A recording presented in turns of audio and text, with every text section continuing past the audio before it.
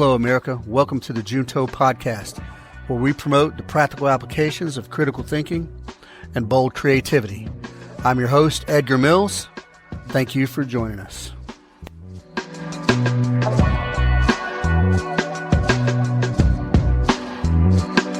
Hello, good people. Today, I want to talk about the arts and the government. I think there's a lot to be said. I have an interest in both, and I think there's a lot to be said for the topic. So I'm gonna share my thoughts with you. In this episode, we're going to explore the government's role in funding the arts, and I'm going to weigh in with my opinion on, both arguments really, for funding the arts via the NEA or against funding the arts with taxpayer money. And then I'm probably going to ask the question throughout this entire episode 4, 5, 6 times, who defines art, or who defines the value of the art? All this, obviously, from a slightly libertarian perspective, which I kind of put that on everything. So what if the government decided which books you could read or which music you heard, all under the guise of supporting culture?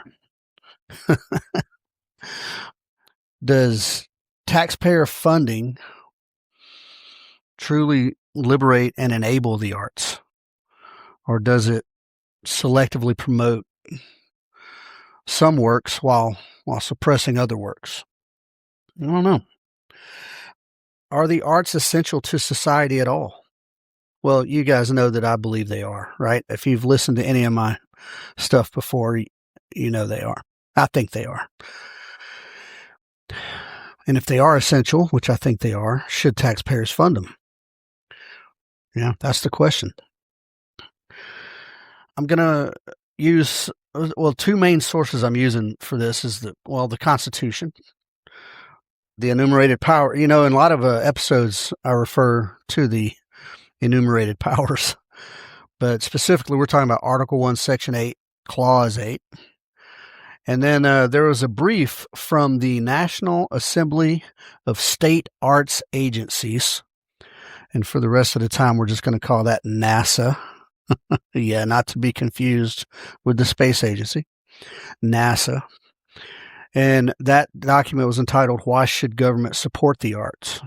And they were, basically making a case for it, of course. So first, we're going to broadly define the arts and their connection to the Constitution.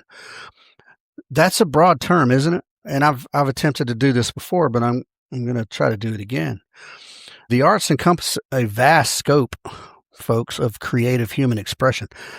Music, and that's all music. I'm talking, jazz, improvisation, symphony orchestras, even a busker out on the street corner with his hat out on the street. As far as music goes, visual arts, everything, right? Abstract paintings, murals, the Krog Street Bridge. There's so much. It's hard to even, sculptures, photography. Yep. Old school film and digital. It's still art, Literature. I mean, my God, literature, it's so vast in itself. Poetry, even do graphic novels even count as literature? Or comic books even? They kind of, it's all art. Digital arts. Yeah. These days we have, all kind of are video games art? I think so. A lot of creative effort goes into those. And then we saw, the rise of the NFT recent, a few years back. NFTs, it's digital art. What else? Traditional arts. Friggin', Native American friggin' totem poles and beads and elaborate headdresses. All that stuff that's art, isn't it? Yeah, I think it is. Or African masks, the traditional tribal masks, and they have elaborate beadwork and ornate, like traditional ceremonial stuff as well. Performance arts, yeah, they're all very broad, right? Ballet, any kind of dance really is interpretive art. What about, hell, mimes? It's a performance art, right? Mime out on the street, or the statues, the metallic painted up dudes standing still like a statue. That's performance art, isn't it? What about your kid's third grade Christmas play? Yeah, man, that's it. It's art.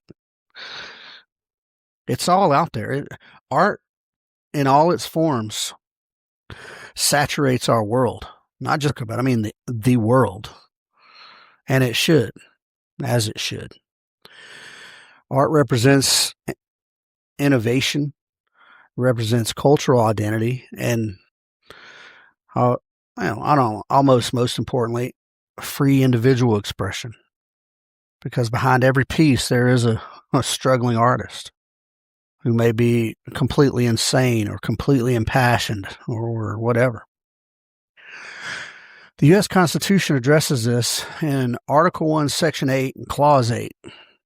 This grants Congress the power to, and I quote, to promote the progress of science and useful arts by securing, for limited times, to authors and inventors the exclusive right to their respective writings and discoveries. Yeah, how vague is that? Well, Congress achieves this, by the way, through copyrights, and patents and things like that. And those copyrights and patents protect intellectual property, and they create sort of a market incentive if you earn a living off of your art.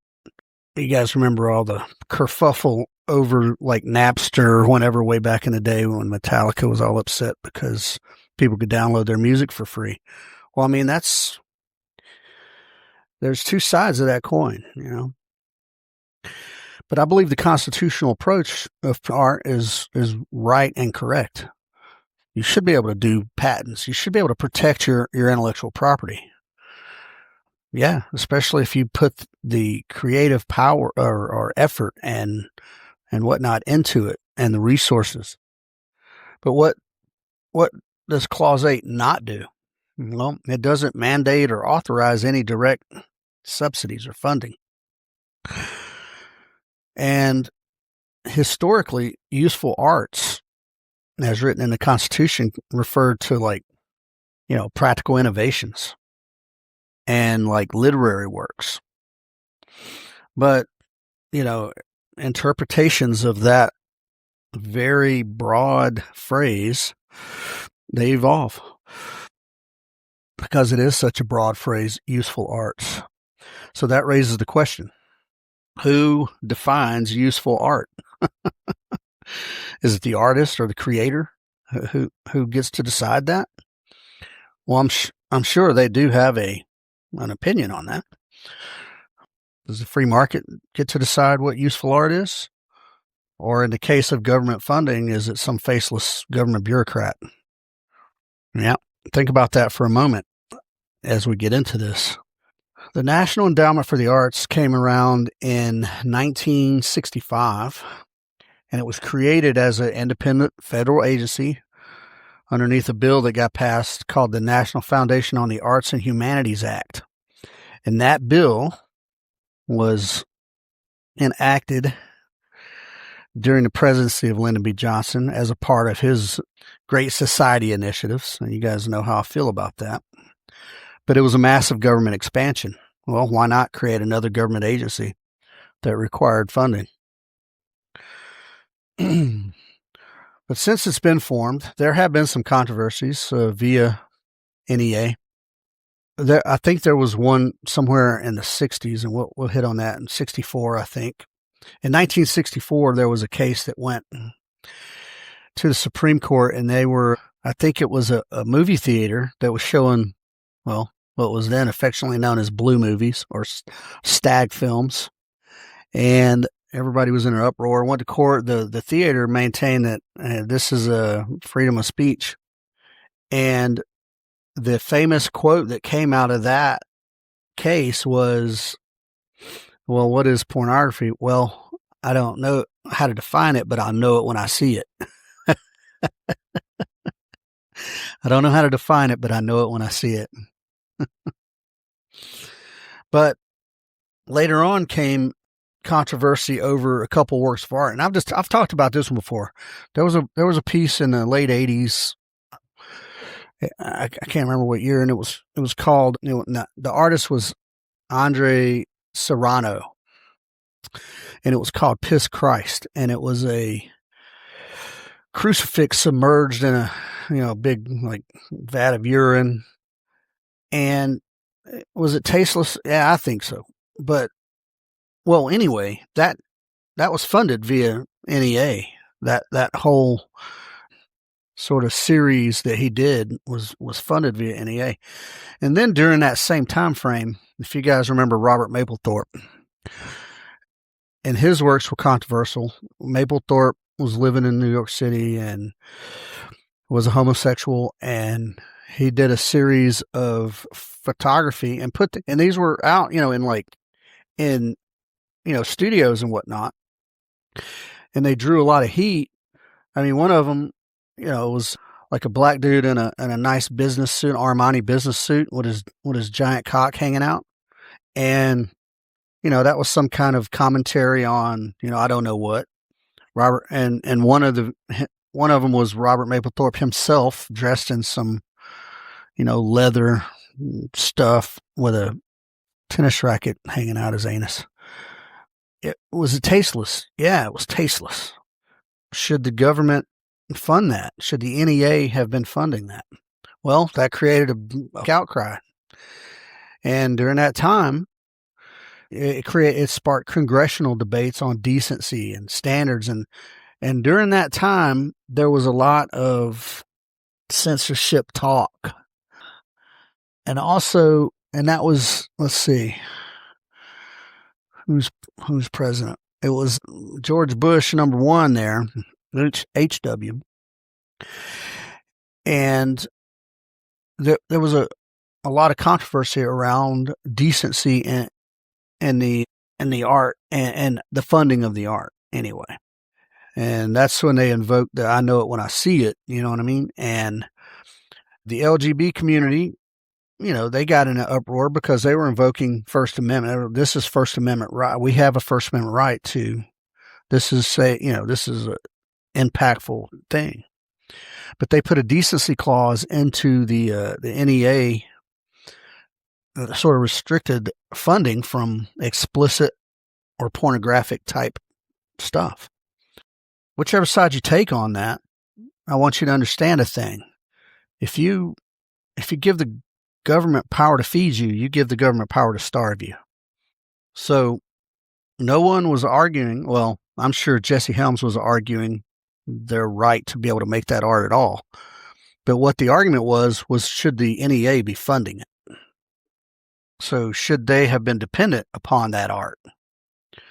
Now, I don't know how much money it takes to take a photograph and print it off and hang it up in a gallery, but it's not $20,000-$30,000. But at any rate, continuing on, they ended up putting a decency clause in there, and they got defunded on that. Well, who determines what qualifies as art when under government funding? Is it elected officials and bureaucrats, or public pressure from a voting bloc?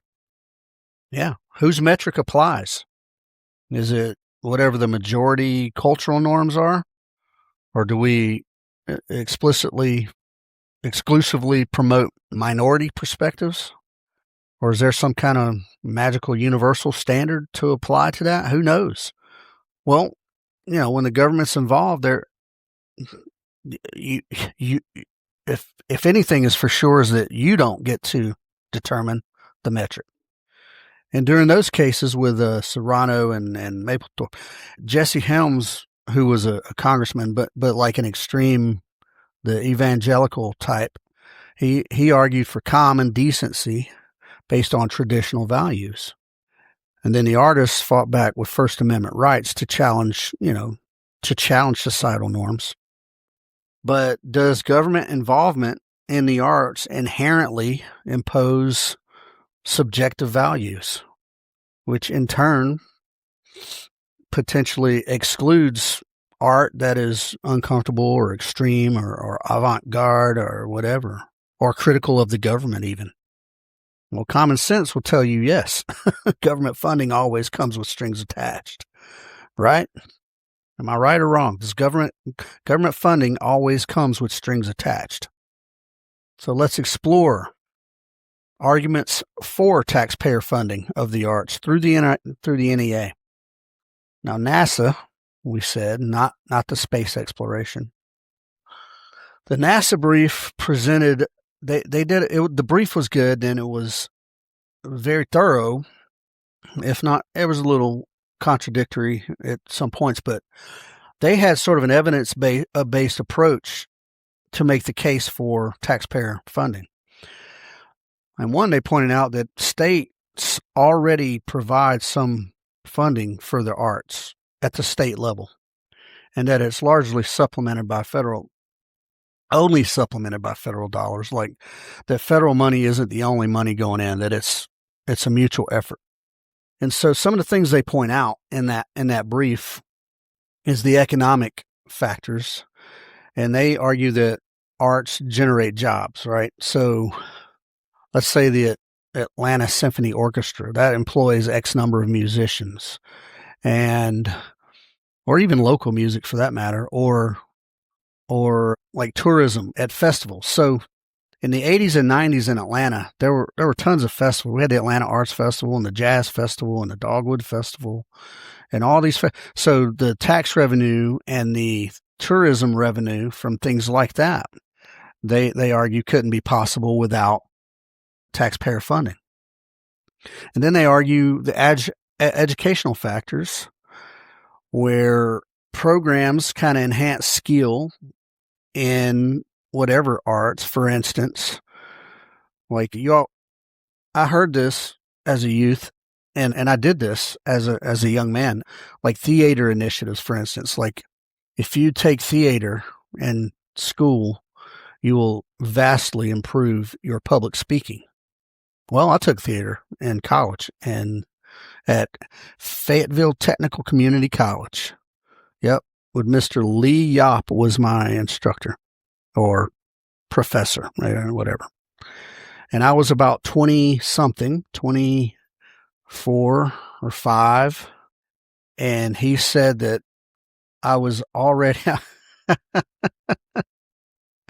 I was playing a role in, I want to say, Our Town. We were doing a little thing. And I was one of the characters that was meant to be sort of a naive teen boy. And he said, "Look, man, you're already too jaded to play this part." I couldn't even fake the funk to play, a bright-eyed, naive young man. Anyway, educational factors. Let's see. They talked about health and wellness factors. And some of us know that, like the PTSD recovery road, people, not even just veterans, but anybody recovering from any kind of like trauma, art is very helpful, whether it's music or physically doing art yourself, painting or whatever. So they argue that, and I think that's a good argument.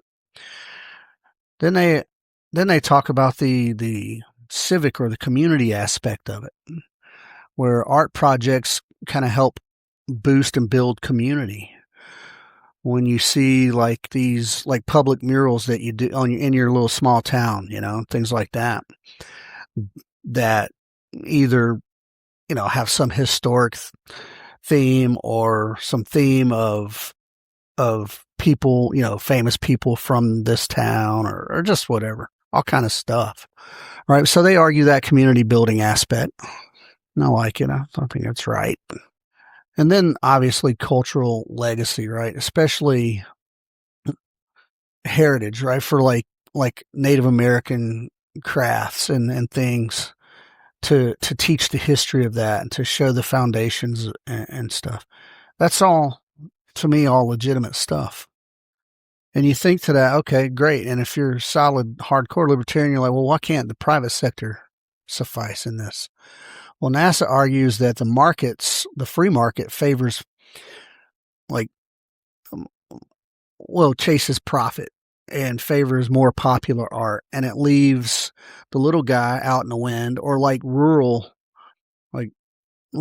artists and works go underfunded because they're not hot and popular. They're not in the center of the city, in Atlanta. They're not in a hub of a major metropolitan area.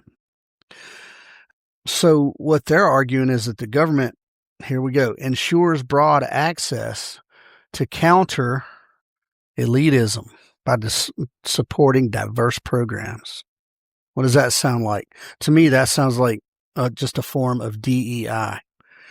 And it's arguable that the NEA is an early form of DEI, because at any given time at the High Museum of Art, they promote African American artists like nobody's business. I'm not going to say exclusively, but yeah. So is that good or bad? Well, some of you might think it's good. I don't know. And for these proponents of government funding, then we ask the question still, again, who defines art and its value? Well, the people the NASA, for instance, are the people who strongly advocate for government funding or taxpayer funding. There's no such thing as government funding, folks. It's all taxpayer funding. They say NEA peer reviewers base their decisions on merit rather than politics. But then in the same sentence say that prioritizing social impact over individual taste. So if you're basing your decision on merit, but prioritizing societal impact, yeah, we're going back to the DEI model. But then they also emphasize that the arts in general are nonpartisan and that they garner a lot of bipartisan support. And they suggest that there's some kind of collective public values somehow reached there. That I argue that the collective has no value. It's individuals. And do 360 million people have the same values and things like that? I say no on that, but so they're toward the end. And then there are peer reviews, right? Well, who's in the NEA? Who are the peers? What is a peer to a government agency? Is the NEA made up of a bunch of artists who just now became government people somehow? And then some of the critiques that the NSA or the NASSAA counters with, well, the arts are elitists. Well, NASA they got numbers that show that there is broad participation in the arts. Mind you, that we broadly define the arts, right? Live music, visual, digital, the whole works. So they have, good numbers of data showing that yeah, a lot of people, and it's not elitism at all. There's the whole spectrum of the financial scale there. And then there are people that say, well, why fund the arts? The arts are irrelevant in times of I don't know, economic recession or excuse me, or natural disasters or things like that. And well, they argue that the arts actually help in economic recovery, post-recession or post-disaster. And they got numbers in that briefing that they got there. They got numbers in that, and that looks legit to me. So all these points I just made, I think they make pretty decent points. I'm not a big fan of this, diversity program stuff. Inherently, the arts are diverse, but at any rate, they make good points, I think. But now we're going to look at the arguments against taxpayer funding. And again, it's kind of libertarian, but here it goes. Just on the broad philosophical grounds, all taxation is theft. And you guys know, just in my last episode, we talked about Frederick Bastiat and the law.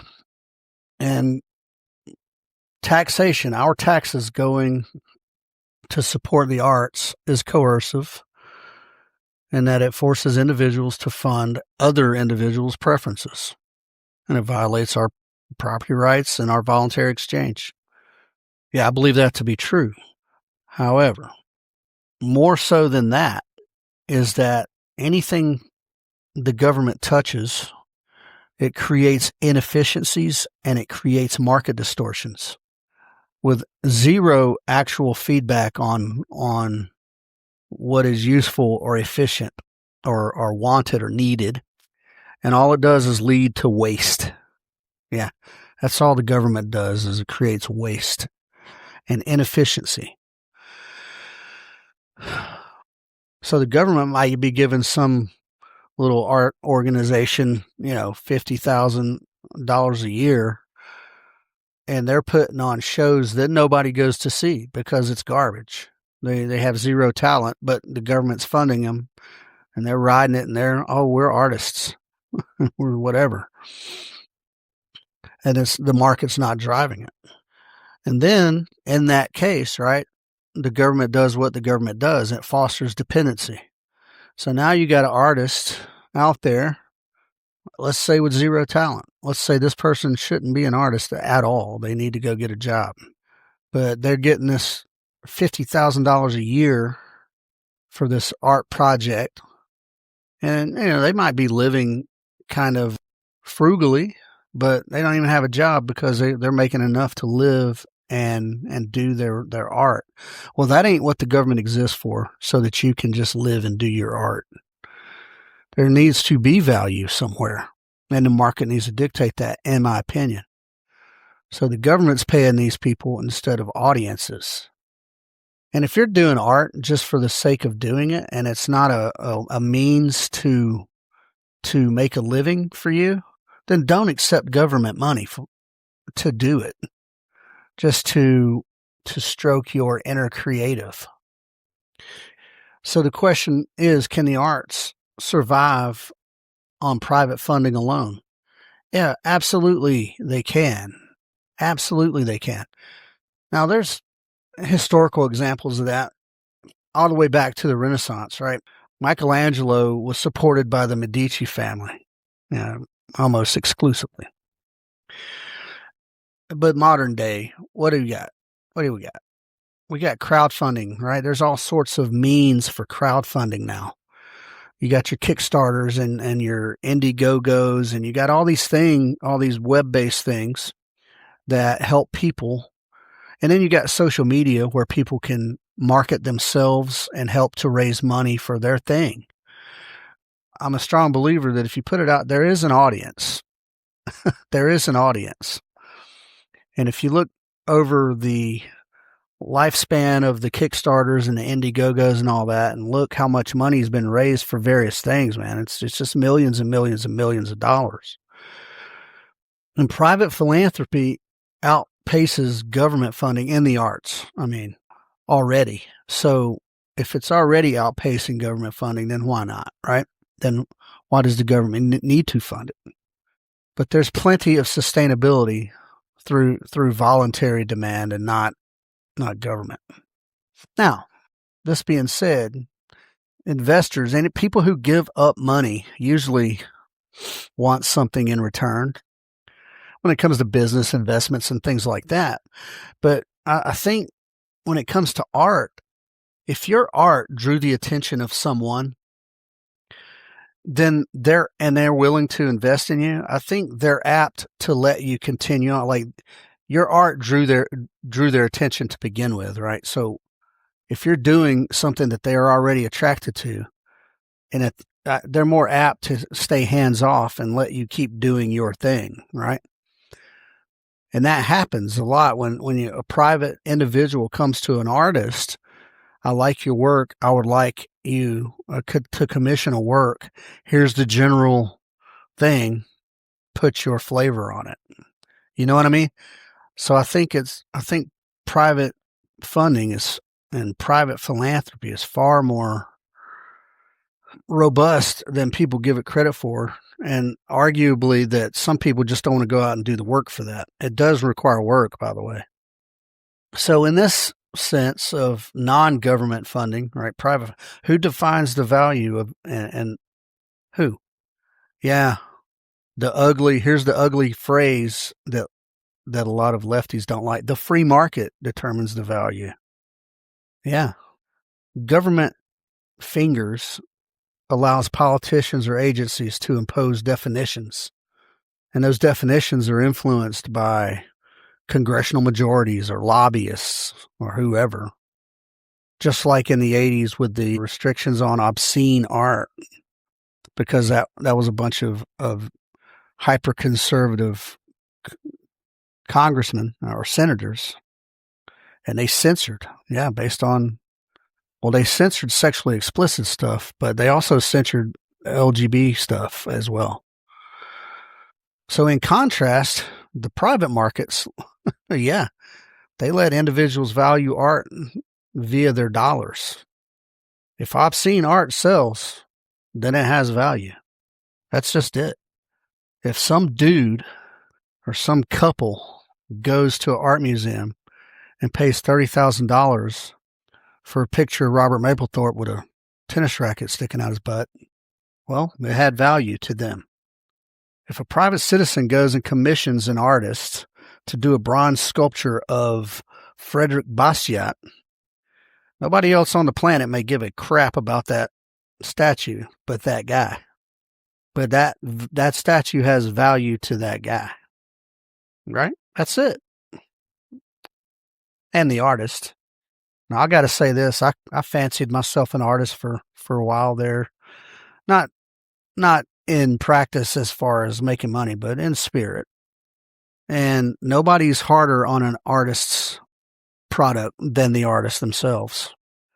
But if an artist produces something that he values and considers, yep, this is a piece of me, then the art has value.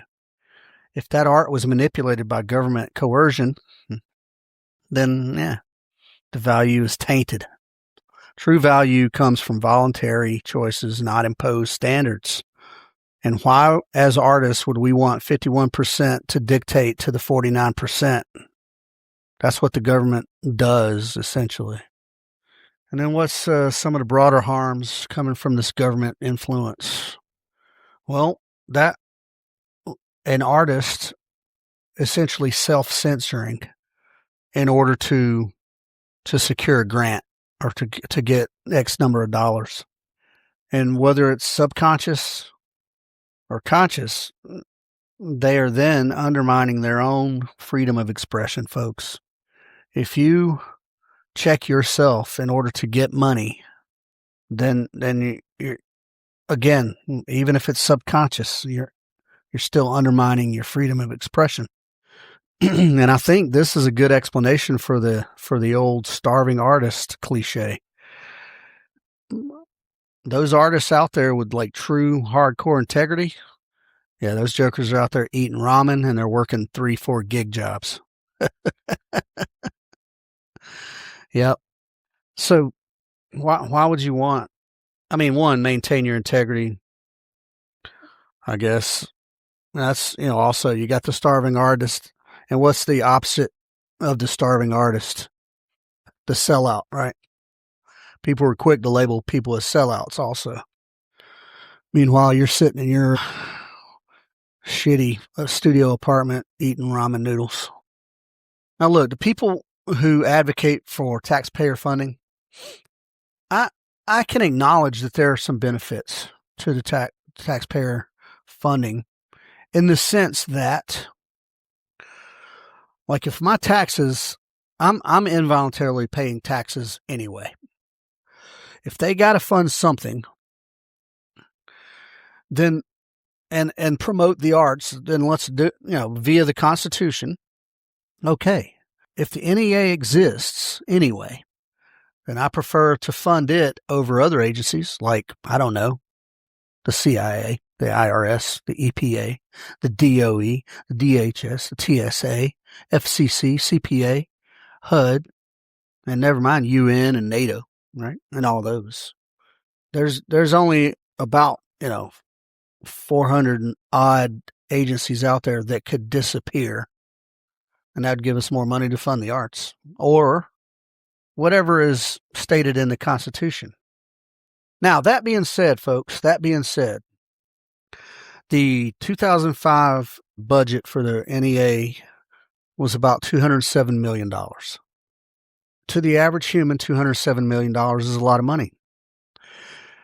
In the scope of the federal budget, that is a piss drop in the ocean. So the NEA isn't really taking up that much money. I'm not excusing it, and I'm not saying we should fund flippant projects because they're under a certain threshold. I think all things that are considered waste, fraud, and abuse should go away. But the NEA, well, it does exist via law, but so does every agency. But as far as the Constitution goes, it does say promote the arts, at least. Useful arts, it says. So at least that's in there. So yeah, if it's got to exist, why not fund it? I think art is as important as any of those other things, especially the Department of Education. I think it could all be privatized, personally. In an ideal libertarian world, ideally in a true free market, support for anything comes forth without any coercion.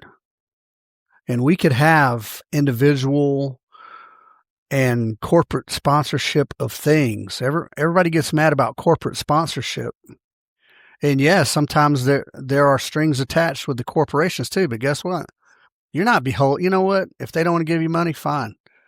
Just like with the government, right? If you don't want to give me money, fine. Be able to do without it. There are individual philanthropists out there who will, if that's where you're at, if that's what you're looking for, to get these artistic programs on the move. And then there's the trade-off always. Sometimes you have to bend a little. You have to bend your integrity a little bit on one project so that you can spend money on another project. And that might be a little disingenuous to the people giving you money. They think, oh, well, but there's always, I'm not mad on people that work the system either, really. I'm mad at the system for being workable. But whether it's government or corporate, what's a core risk? Yeah, that's right. That control, that censorship through dollars. It's kind of a trap, isn't it? You're kind of beholden to whoever's giving you the money, unless you straighten those parameters out very early in the game. And it gives the government or the corporation or whoever leverage to withhold support if they don't like what you're doing. And that creates, whether it's direct or indirect, it creates censorship. So going back to those examples of the NEA, the censorship stuff in the 80s and 90s, they ended up putting a decency clause on all that eventually was ruled unconstitutional, but it stood for 10 years or so. But, when you put the decency clause in there, somebody's got to define decency. So who does it? Here we go again. Who defines? If you guys are seeing a pattern, it always comes back to, well, who gets to define what is art? What is decency? What is value? Yeah. Even the NEA. Now, we're not going to use the current administration. Everybody hates Donald Trump. Everybody hates on Donald Trump. Even within the agencies, they hate on Donald Trump. Washington and Virginia and all that up there is just becoming a liberal mess. But even conservatives are hating on Donald Trump. Okay, so let's say during a normal administration, right? The administration has priorities. and the NEA, they're gonna go along with those priorities, and whatever panels of experts they have determining what peer reviewed things they get funded, there's still bias. There's still bias.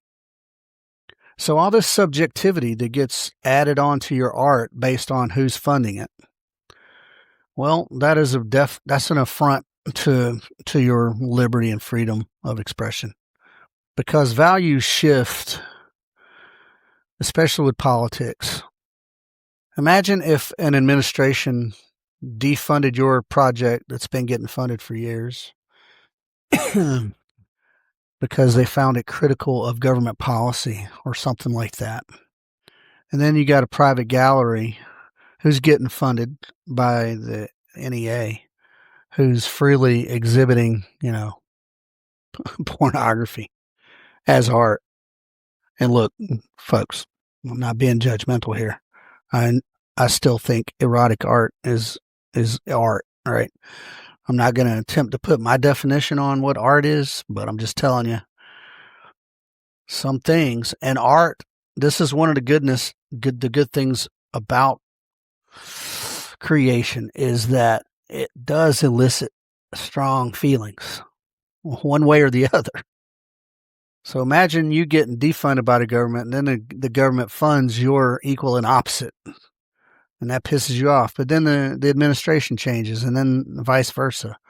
Now you think it's good that I'm getting funded, and F that guy. Yeah, it's all it does is perpetuates the blue team, red team stuff. We don't need that. So from what I think is a libertarian perspective, the state really homogenizes art. It really takes the juice out of it, right? And creates safe and bland works of art over challenging works of art. Whether they be pornographic or violent or just topical on political things. What would be a challenging work of art? If a Chinese man in China painted a picture that was clearly anti-communist, what would happen? What would happen? So you can have strong works of art. It doesn't just mean pornography, right? So don't get that in your brain. And then never mind music and things like that. Some of the best music ever produced in the rock genre came from the protests, the Vietnam War. Protest music from the Vietnam War. Yeah. And right, wrong, or otherwise, whatever side of the war you came down on, there are patriots walking the streets today who listen to, Fortunate Son. Right? So, yeah. And then the people who are pro-government funding, they point, they say, well, peer review, and it's going to prevent a view. But if history shows us anything, is that if the government's involved, there will be political interference eventually. It will inevitably happen. All right, so what do I say? Now, there's not a real problem, so I'm not proposing a fix to a current problem, unless you just consider government funding of anything to be a problem. I mean, I kind of do, but so how do we move forward with the arts free from government coercion? Well, I say this. I say that we, over the course of time, I don't know, 3-5 years, we phase the NEA out. Now, the states are autonomous, or they should be autonomous, and the states can fund what they want to fund. That will be a state battle. I'm talking about at the federal level here. Phase out the National Endowment for the Arts. Get rid of it. But maintain the constitutional, protections for intellectual property and free speech, because that's a redundancy, right? That's a redundancy. The Constitution doesn't, the National Endowment for the Arts doesn't protect your art. It just adds more restrictions onto it. The Constitution already has intellectual property protections, and it already has the First Amendment, free speech protection. So let's go back to that and then promote voluntary funding, like crowdfunding or philanthropy or the free market. And if I had any advice to give to artists, it would be, diversify, man. Do things like, a lot of these people have a Patreon where it's like a subscription based thing. And, even if it's a couple bucks a month or whatever, that stacks up. And then you could sell the social media is a way to promote your goods. And if you're trying to make a living via art, that's a good way to do it. Post your stuff up in different places. One of my favorite coffee shops here in Rome is Swift and Finch, and they always display art from local artists, and it changes periodically, and it's an awesome thing. So diversify where and how you're getting your stuff out there to other humans, and go pitch yourself to different studios and whatnot. And put out an all call for, investors or supporters and things like that. And then my advice, or my call to listeners, my call to action to listeners, is that go and support art directly. I mean, literally, if you're at the coffee shop, buy a piece of art if it speaks to you, support it. Go listen to live music, or go to a concert, or go to a local theater. And I don't mean the Cineplex, man. I mean like it or not, the movies are art as well, aren't they? But go to a local production of whatever, the Rocky Horror Picture Show, My Fair Lady, whatever it is. Go to these small, spoken word, open mic spots. Support these humans. In a voluntary system that I'm putting out here, who defines value? Yeah, the individual. And a bunch of individuals make up the market. And each individual has his own personal guide, his own personal values. And that right there, good people, is true diversity without coercion. If your art speaks to someone without government coercion, without somebody pushing an agenda.